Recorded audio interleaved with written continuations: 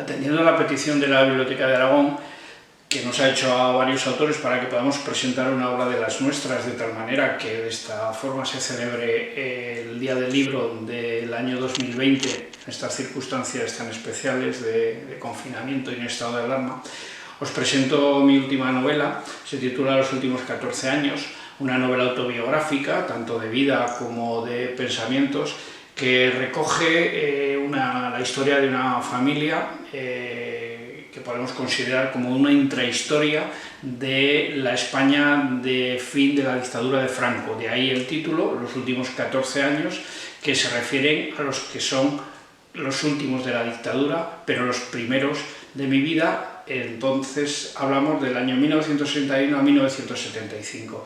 Espero que os despierte las mismas sensaciones que yo tuve escribiéndolas y que sea de vuestro agrado. La podéis solicitar en la misma biblioteca con modo de préstamo. Muchas gracias.